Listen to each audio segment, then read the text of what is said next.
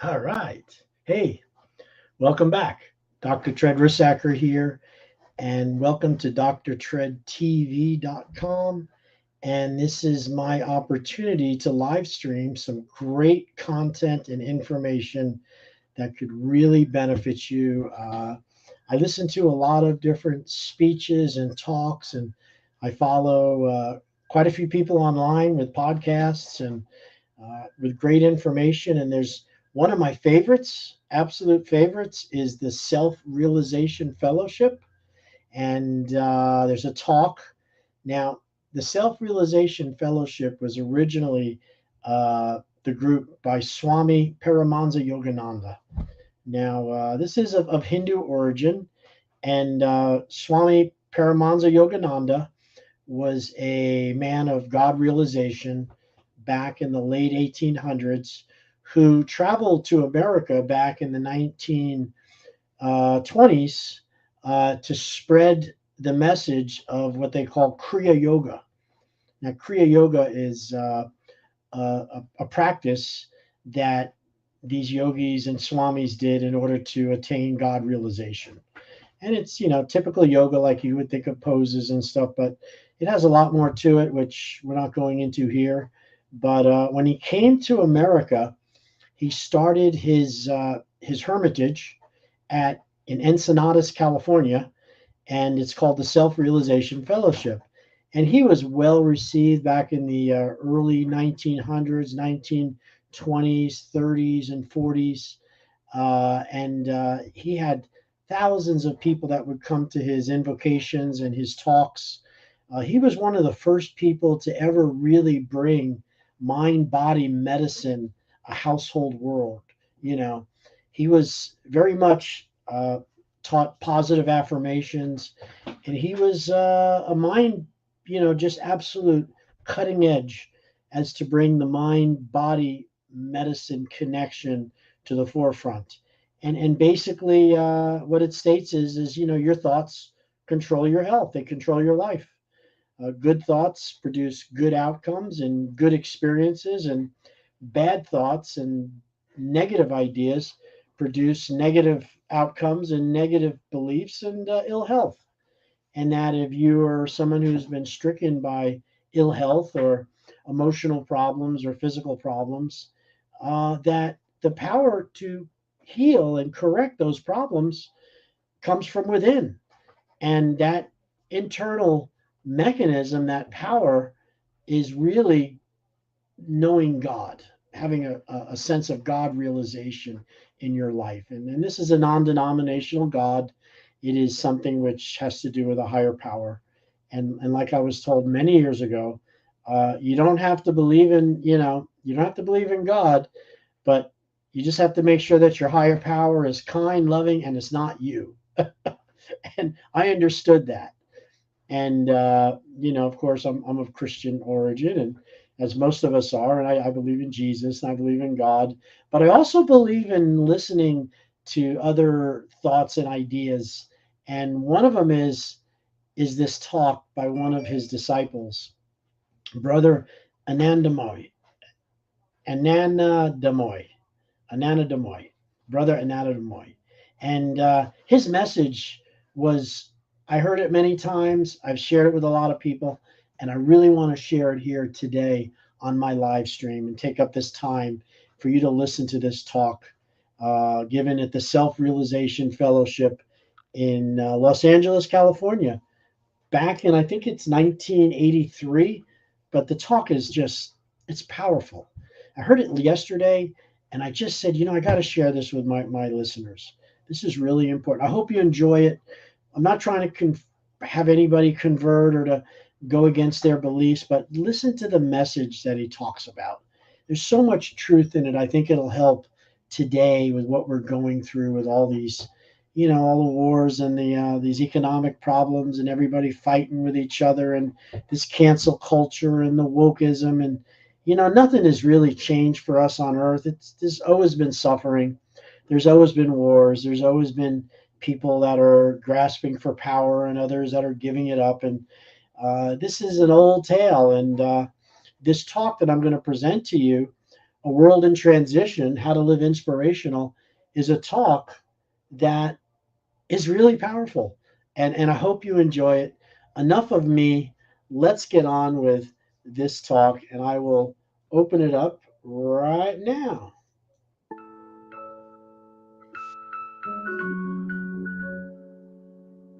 I'm going to zoom out of here. Oop.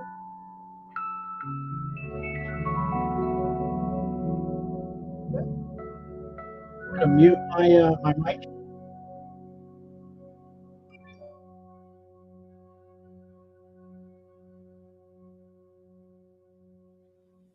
It's hard to believe, isn't it, when we are looking at the world today, with all the problems, all the confusion, that it is a higher age. But we really have left behind the darkest period of Kali Yuga, and we are relatively quite far in a Dwapara Yuga, a higher age, in the ascending cycle. The trouble is, most of mankind has not understood what the whole thing is all about. In action, in concept, in attitudes, most people in this world are still very much in a Kali Yoga. It's all geared to, the whole concentration is on outward satisfaction, ego satisfaction, body satisfaction. And the great advantages of this new age, due to science, due to technology, one of the greatest advantages is free time. Think of it. In the Dark Ages, people had used all their time, all their energy just to survive, just to make a living. It was just a very, very few of the privileged classes who had time to spend in higher pursuits, philosophy, the arts, religion. And now, at least in the industrialized countries, everybody is in that class. And what do people do due to ignorance? They waste that time and dissipate that energy in endless diversions. The average American, and that means every man, woman, and child, watches TV 44 hours a week. Can you imagine what we could do? What they could do? We are doing it, huh? We are doing it. But what they could do with that time, it's incredible. And so unfortunately, mankind has turned away from God and God's laws and goes outward. And that is why we have this tremendous mess in the world. Now, we are thinking it would be wonderful if there were peace and normal times. In a way, it is an advantage because it brings it home to us that more clearly that this world is not our home. That true security lies not in this outer world, and that we are seeking God. And then we have to consider just peaceful times. That is not enough. There were times when there was no thought of world war, when there was no problem with unemployment, when there were no problems with ecology. And during such a time, a great man said, "The mass of men lead lives of quiet desperation." Quiet desperation. Why? Because there was a hunger still, there was a yearning still for something. Something essential was missing. And what was it? It was God. And so now we have to understand, in spite of wherever the cycle is, wherever age the world is in. Each one has his own individual cycle. Because in the darkest periods, in the worst condition, there were men and women, perhaps not many, but there were some, who attained divine realization. And so regardless of what the world is going through, do not pay too much attention to that, but concentrate on the essentials. Because if we want to find God, we have to direct our energy in a constructive way. Psychologists say that man is a goal-searching creature, and if he doesn't have a goal, he disintegrates. And I think many people in this world are doing just that. They don't have a definite goal, and so their energy are not properly directed. I want to give you an example. This was an informal survey of a shopping mall parking area, and it showed that 60% of the people there could not remember the license number of their cars. 30% could not remember where they had parked their car. And 25% didn't know why they were there.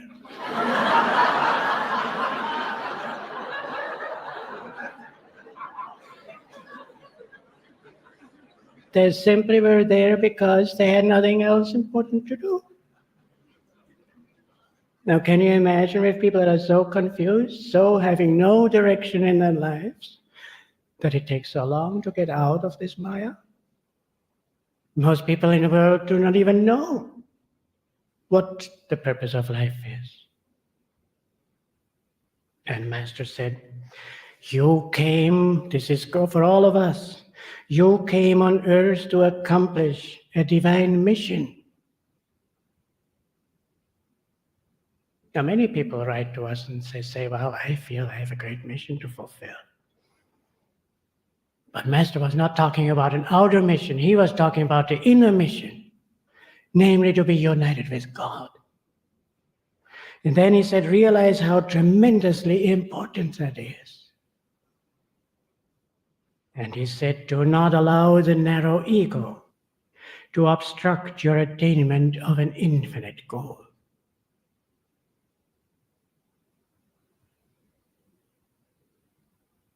And so now we have to concentrate on God and not the outer show. Think of it. How many lives are behind us? And in those lives, we have experienced everything. Many lives we all have spent in male bodies. Many lives we have spent in female bodies. We have belonged to the different races and nationalities. We have been rich and poor. We have been famous and forgotten. We have lived in peace times and in times of war and turmoil. And where are those lives now? Where are they? In themselves, they had no value whatsoever, no meaning, because they were part of Maya. Their meaning was, or the value of those lives was, that we had countless opportunities to seek God and to grow. And obviously we have missed many of those opportunities. That's why we are still here.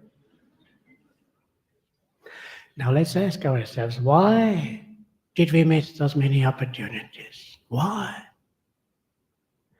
Because we concentrated so much on the external show and our external role that we pushed God out of our consciousness. God, our goal, the solution of all problems. And now,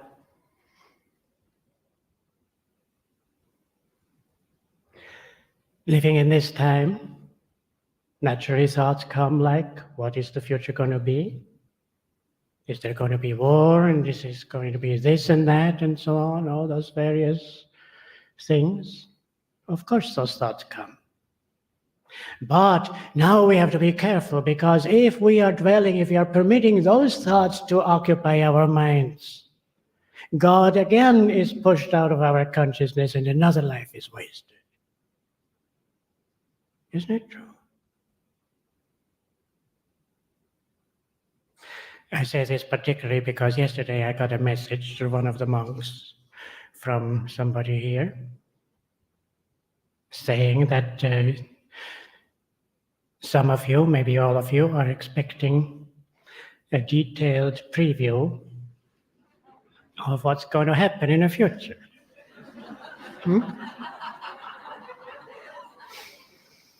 Now,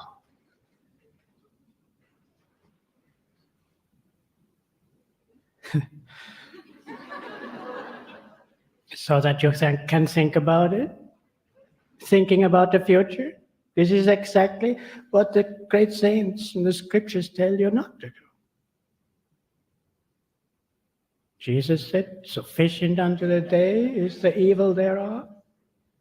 You cannot, Master said again and again, you cannot carry the past and the present and the future.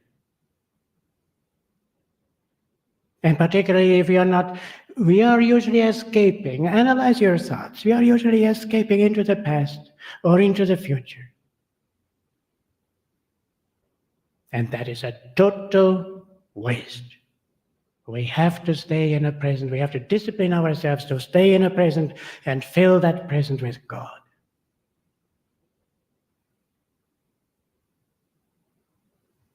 So instead of, I'm not a fortune teller, and instead I have a nice quotation by a master. He said, if you know the plot beforehand, when you see a motion picture or a performance on a stage, it will not be interesting.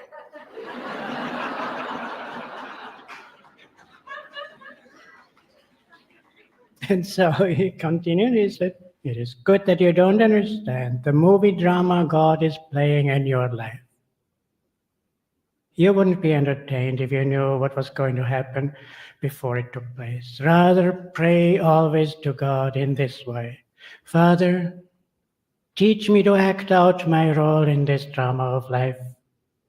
Whether I am weak or strong, sick or well, high or low, rich or poor, with an immortal attitude.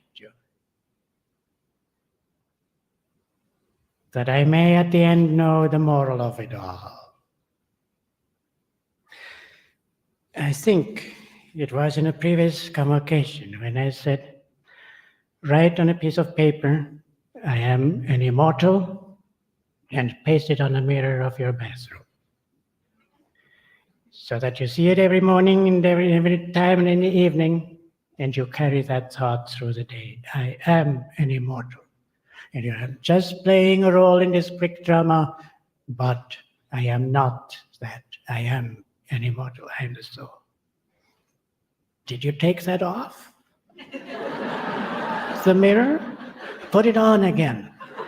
And those of you who are new now, have never heard me say that, put it on. It's a great help. So, Master said, life is very tricky. Don't trust it, for it is not what it seems to be, and full of disappointments. And he said, perfection was not meant to be found here. Meaning perfection in a sense of ultimate fulfillment. I am not giving you a false picture of life. This is not the kingdom of God. This is not our home. We don't belong here. This is only school. Why he put us here, I do not know. I wish he hadn't done it.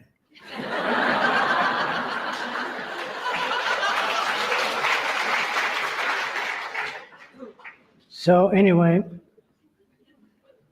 when he said perfection is not found here. When I was in India, I compared, I watched, I observed. And I thought in India, they are accepting life and life's imperfections more readily than we do here. We don't like to see imperfections. When there's imperfection of the face, the body, and so on, we try to carefully hide it and correct it, and I mean, it's all right to use a little makeup if it's not overdone. In fact, that was the time before our nuns were wearing the sari as a monastic garb.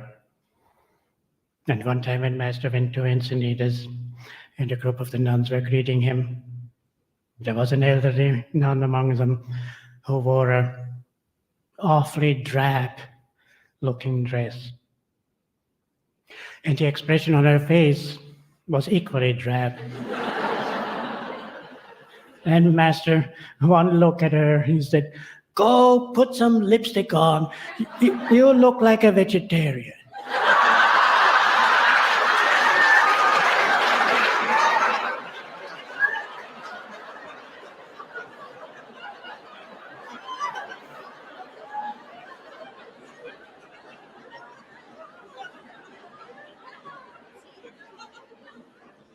Master had a wonderful sense of humor. Now, I don't want to give you a wrong impression, The monastics are not eating any meat, but he was referring to the particular group of vegetarians, those that make diet their god, and all they think about, as Master said, about lettuce and nuts and nothing further. And usually they are the most sickly-looking people you can find. That's why usually it's that emphasized is that I call us and the members proper Eatarians so that we wouldn't get into that category of, So anyway, compared to India, here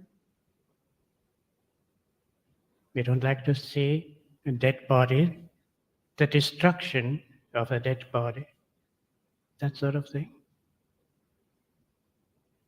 In India, I went a couple of times to burning ghats, and I saw dead bodies not hidden in a casket, peacefully lying in the midst of between burning logs, and the family sitting by and watching how that body disintegrated into ashes. They accept that. Because death is not the end. It is part of life. Life is eternal. Death is simply a transition into a higher plane of existence.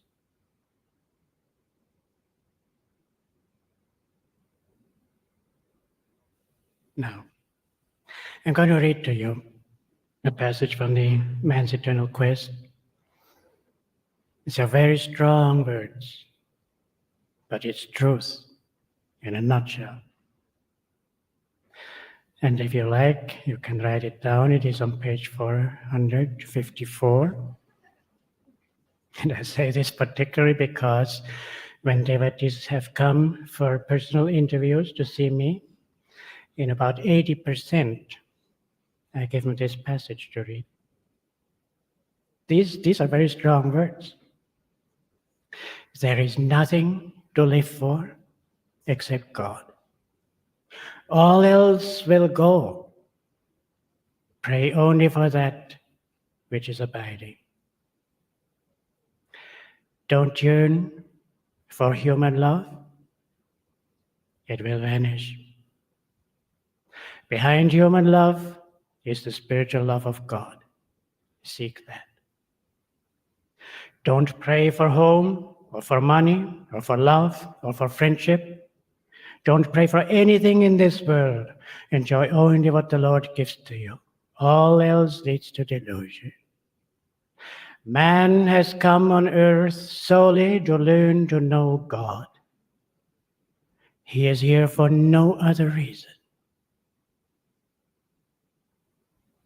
Think of it. Man has come on earth solely to learn to know God. He is here for no other reason. To all those who seek and love him, he tells of that great life where there is no pain, no old age, no war, no death. Only eternal assurance that will never grow stale, a happiness always new. Now, isn't that exactly what we are all seeking? A state of consciousness where there is no pain, no old age, no war, no death, and eternal happiness. Isn't that it?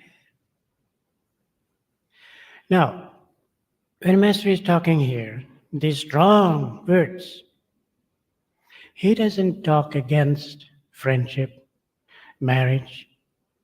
He doesn't talk even against trying to make a success in life outwardly. What does he mean? What is this whole thing all about? It is simply, in one word, discrimination, or using a stronger word, renunciation. And I do not mean renunciation in an external sense, becoming a monk or a nun. It's far deeper than that. Because this goes for everyone, monastic or householder. It means once and for all to renounce the thought that anything, any condition in this world can give us lasting fulfillment. That's what it means. And now, it's more complicated than that. Master said when God made this creation, he really put his mind to it. Made it very complicated. With all this emphasis on detachment. Guruji said, the other extreme is just as bad. As soon as these people become interested in spiritual matters, they lose interest in everything else. And that is the wrong attitude. It is one reason, he said, that India lost her freedom. She misused the doctrine of non-attachment. And now he gives the key. Have the utmost interest in doing everything for God.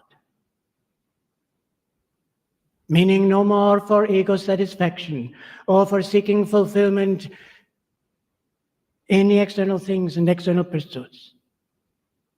Have the utmost interest in doing everything for God. Doing things for God is a very personal experience, so satisfying. Hard, isn't it? On the one hand, we should not be indifferent. On the other hand, we should not be attached, going the middle road. But gradually, we catch on. Gradually, we learn. And then we see that the whole thing is not a dark battle. Not at all, because when we look at the saints, we see they are the most happy of people. Why? Because they were centered in God and still were playing the outer role with great enthusiasm. That is the key. And the saints did not have easy lives. Some of them went through horrible experiences, horrible conditions. I'm thinking, for instance, about the little flower, Saint Therese of Lisieux, who died when she was about, I think, 25 of tuberculosis. Her lungs eaten up by tuberculosis, piece by piece, she was coughing the lungs out, gradually suffocating. Her whole digestive organs disintegrating with TB. meaning she couldn't assimilate food anymore. At the same time, she was starving to death. And one time, when her older sister was in her room crying, she asked, "Why are you crying?" And her sister said, "Because you are suffering so much." And little Therese said, "Yes, but peace too, peace." Even then, she was centered in God. This is what we have to learn. However, and now here comes the big thing. We have to go to the causes, and there we have to work. There we have changes to make. And this is unfortunately what people in this world do not understand. Because maybe too subtle, and yet it is obvious in the scriptures.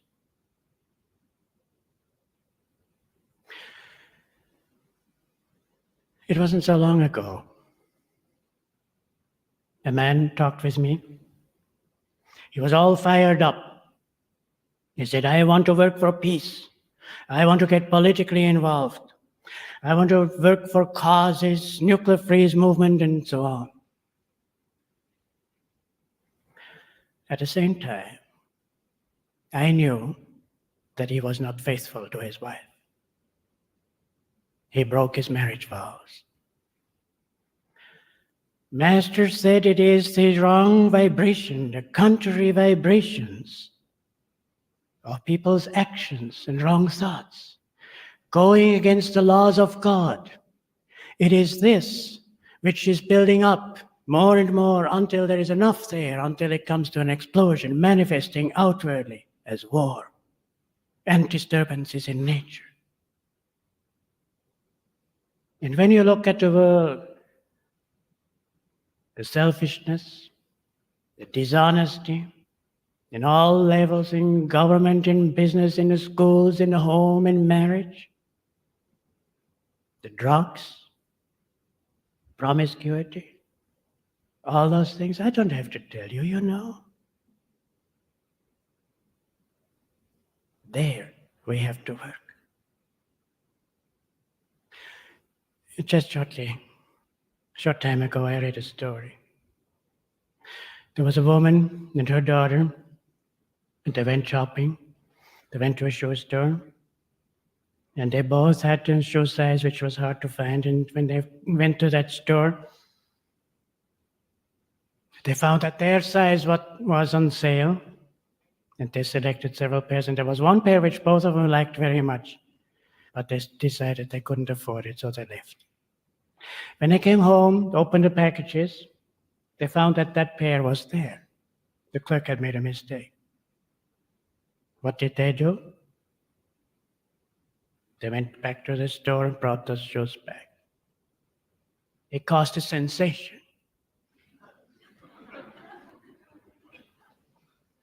The owner of the store invited them, and he said to them, "Every day I'm losing money to shoplifters." That clerk made a mistake. We would not have known. Why did you bring those shoes back?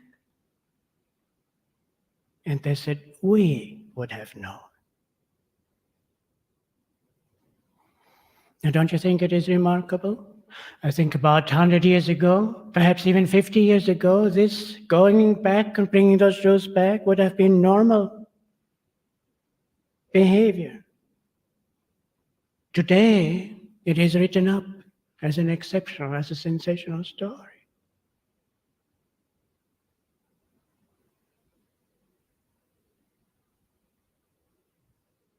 The ethical, moral, spiritual laws are disintegrating. Honesty, integrity, loyalty, all those things.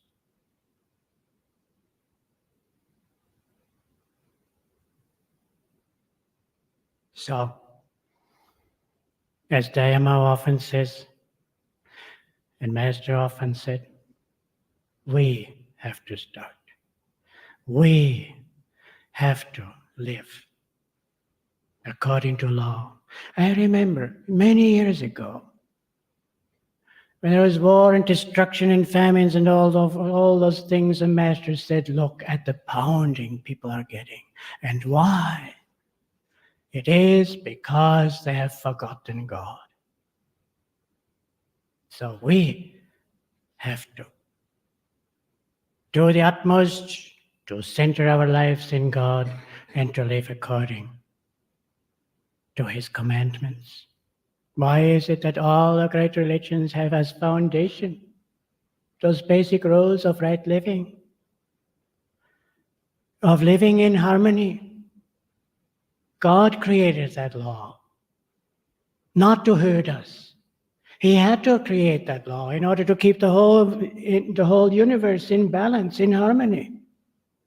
And it is not God. And sometimes I think when I hear or read about passages in the Old Testament, it is not God that is angry. It is not God that is punishing us. Never. God is a God of love. But He created the laws of harmony, of balance in creation. And if we are going against those laws, then we are getting a reaction.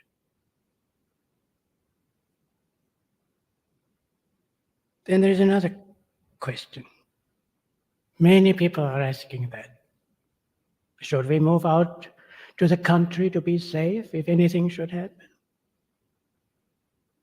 Well, my dears, I cannot be so naive as to think that the law of karma works only in the cities.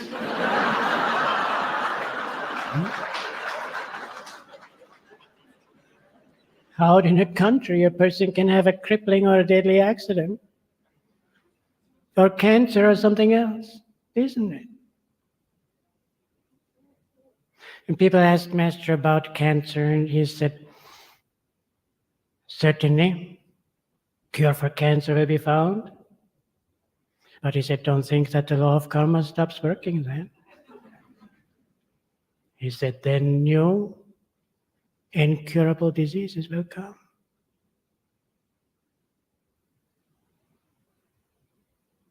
So, we have to understand, not thinking in terms of external so much, but there is no security anywhere in anything except in righteous living, in prayer and meditation.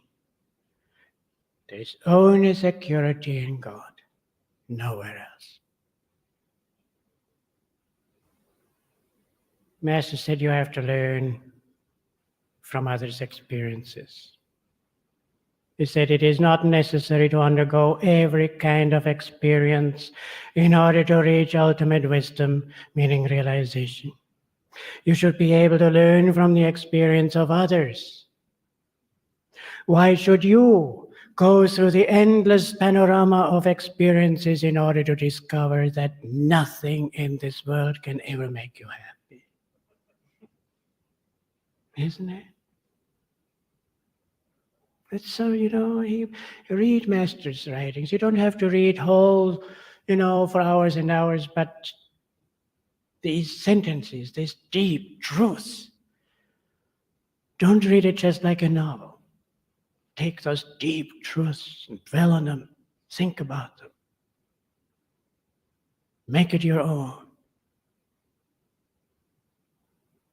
And when it comes from learning from examples of others, I think the greatest example, at least to me, was our own Rajarshi Janakananda, who rose from utter poverty. He with hard work, became a business tycoon. And was he happy then? Was he secure then? Far from it. And it was then when he was searching, and then he found this path and these teachings, and he started to practice. And then he wrote, or he said, he didn't write, he said this. One of the blessings I have received through these teachings has been permanent relief from a state of nervousness, a state of strain, an inward state of uncertainty. Business tycoon. Strain, nervousness, uncertainty. I have gained calmness, peace, joy, and a sense of security, which he didn't have before with all his money. a sense of security that cannot come to anyone until he has found the true security of the soul. And then he said, no longer does it make much difference whether or not I have anything from the external world. I have learned to live by inward joy. It is the most beautiful thing that life can offer.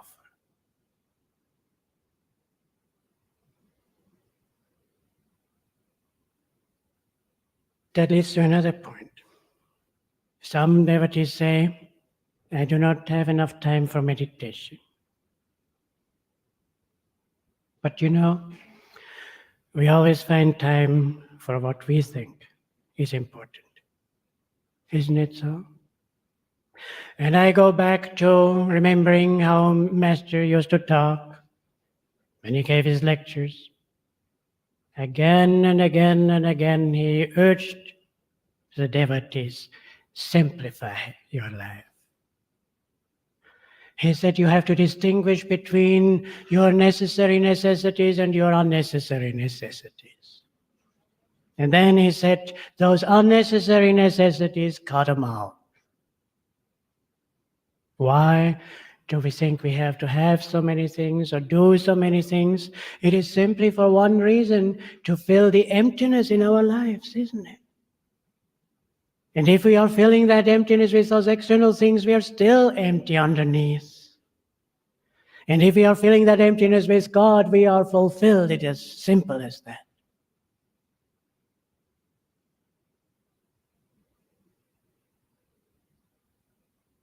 There's another point. The home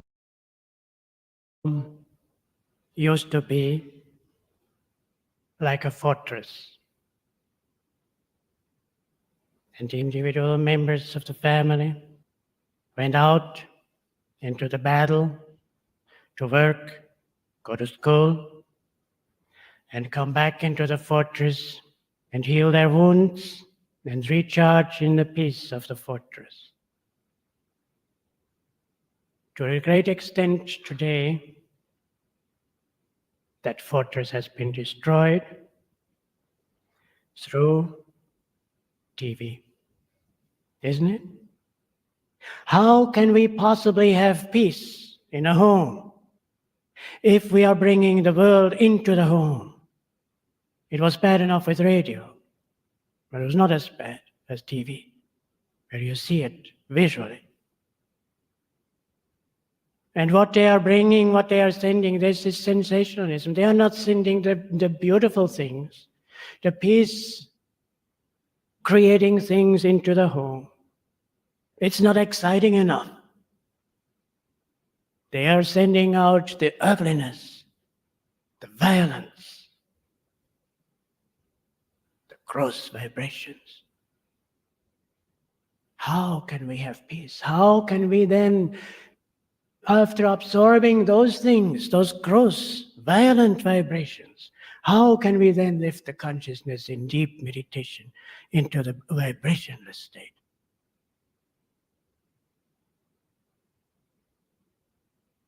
I know you're not watching much. I trust. But I would like to urge you, analyze and see whether you can cut off a little more. I know families who have completely gotten rid of that TV set. And they said the difference it made in their lives, it is absolutely incredible. They said, first of all, we have more time for each other. We have more time for the children. And the children have completely changed because they have become creative, they think. And they do not feel a need to go out and go into drugs and all kinds of things because we are giving them more attention. And above all, they say we have now more time for meditation.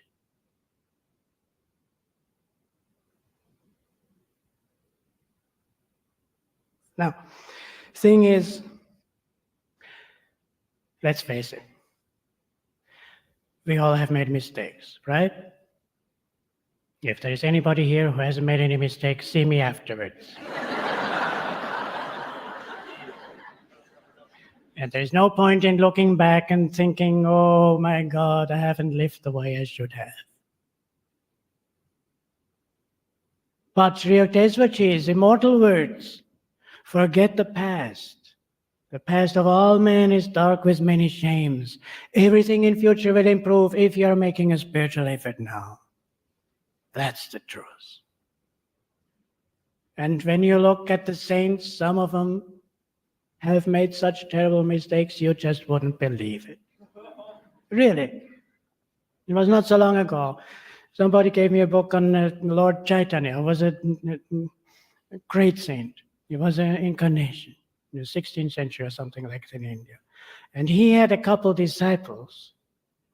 They were in leading position in society, and they were, you wouldn't believe the lives they lived. Nothing but murder and drunkenness and rape. You just wouldn't believe it. There is nobody here who has such a record. Nobody. And they became saints. So, concentrate on God. And remember the past karma, the past bad karma, can be erased. How? Guruji says if you practice Kriya Yoga, you'll burn up your past bad karma and reach the home of the Father forever and forever. And something else. He said, if you love God with all your heart, He will wipe out your karma.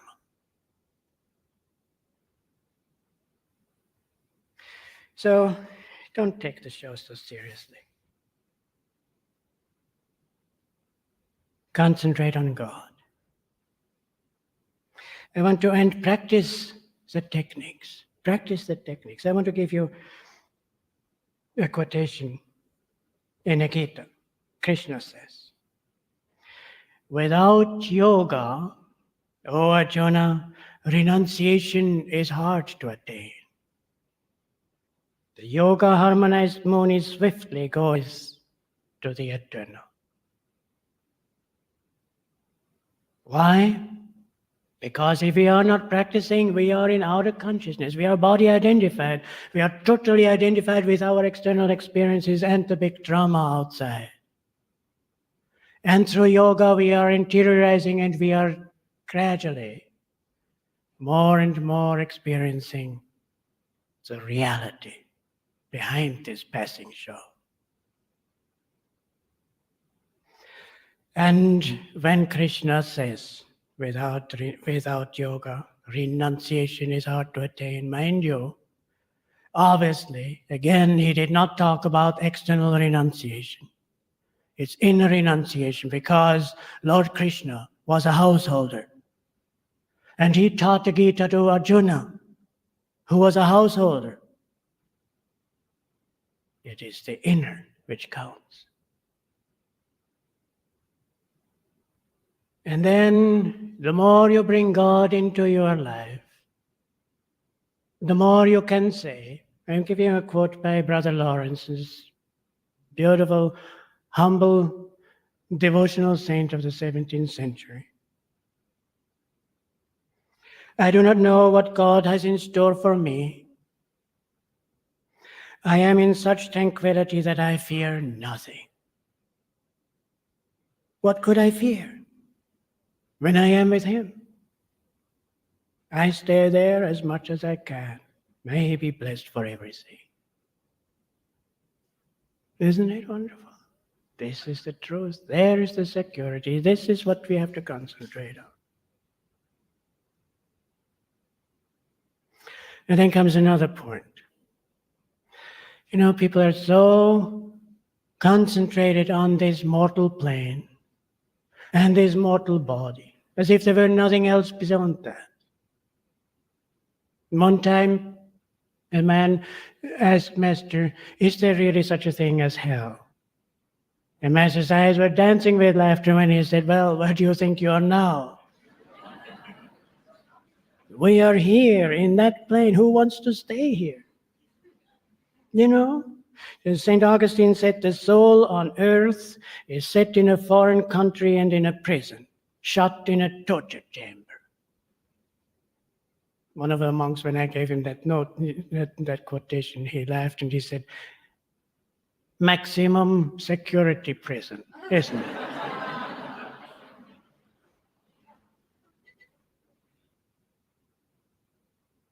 Kriya Yoga is the key, which gets us out.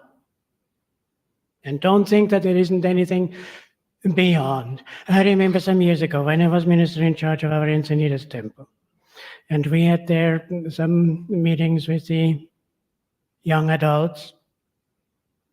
And sometimes we were discussing questions they had, and that just at that time there was a strong rumor going around again that there's going to be a big earthquake and all of California is going out into the ocean, and it could happen any moment now. So they asked me about it. I said, well, I don't know. Personally, I doubt very much that Master is establishing his international headquarters in California, and then everything goes out in the ocean. But then I said, so let's take the example, it happens right now, and we all die. Then what? I said, then we are going to continue our satsang on the other side just like that.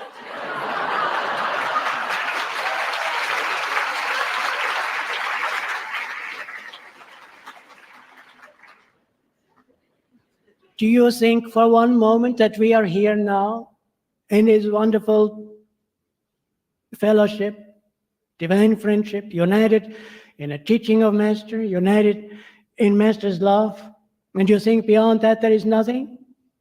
Ridiculous. Absolutely ridiculous.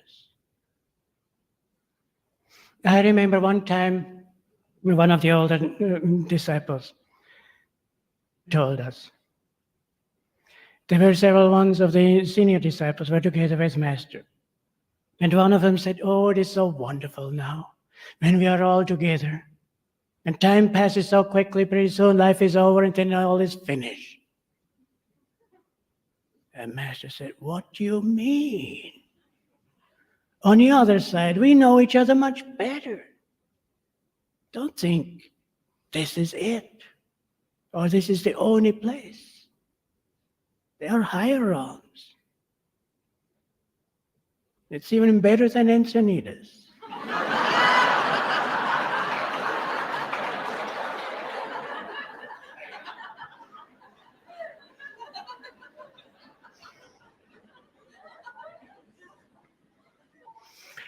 I tell you, one time, some years ago, I was called to a hospital. There was a man, I had known him for quite a few years. He was dying. He had for years, he had some bad habits, and he was a good man, but he had those habits. And no matter how much he tried, he couldn't get over them.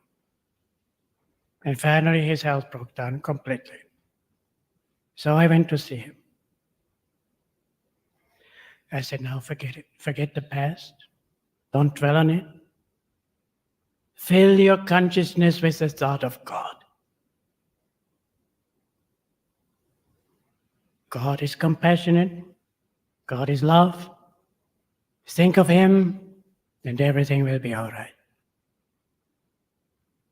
He said, no, I want you people to pray. I want to live. I said, life is eternal. It doesn't depend on the body.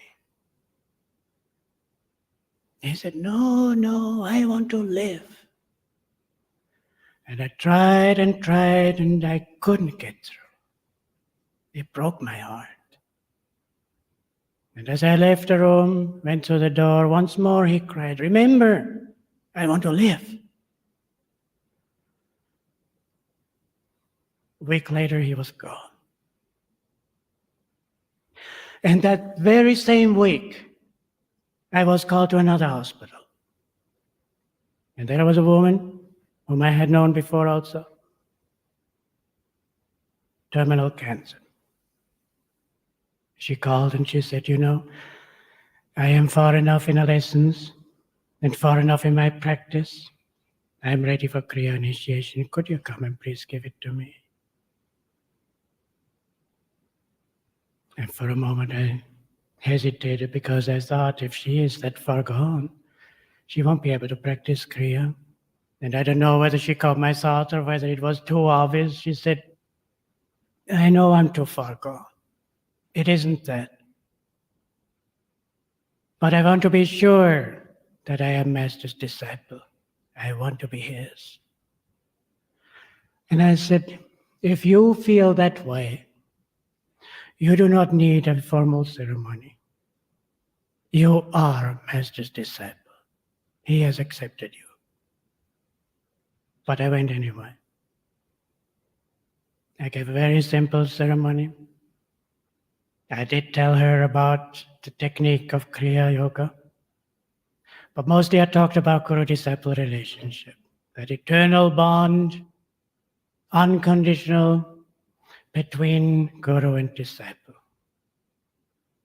And then when she repeated the Kriya pledge, promising unconditional love, unconditional loyalty to Guru, this path, tears were streaming from her eyes. Then she smiled and she said, I want you to know, these are tears of joy. I cannot tell you what this means to me. And then her smile broadened and she said, I can hardly wait to get out of here and to be with my master in a more tangible way on the other side. So when I left, I talked with one of the nurses and I said, does she really have terminal cancer? She is so alert and she seems so strong. They said, oh yes. I asked, how long will she live? What do you think? And she said, it's hard to say. A few more weeks. 4 days later, she was gone. Because she could hardly wait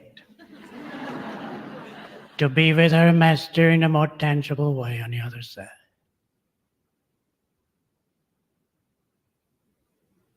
Now with this, I hope you understand, I do not mean to say that you're going to die soon.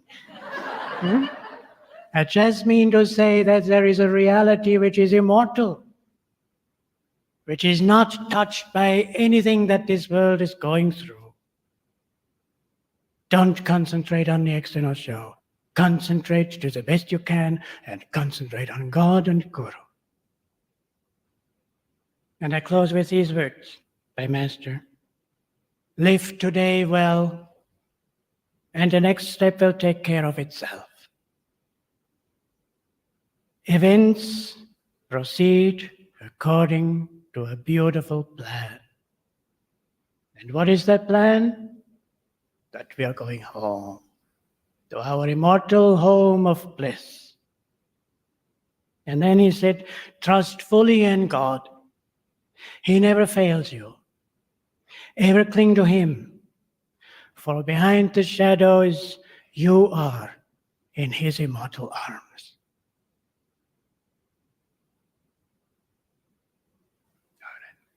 God bless you.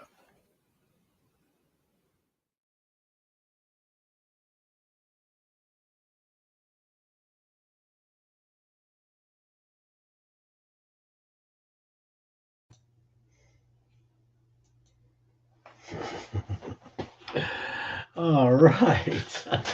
I hope you enjoyed that talk by Brother Anandamoy, A World in Transition from the Self-Realization Fellowship.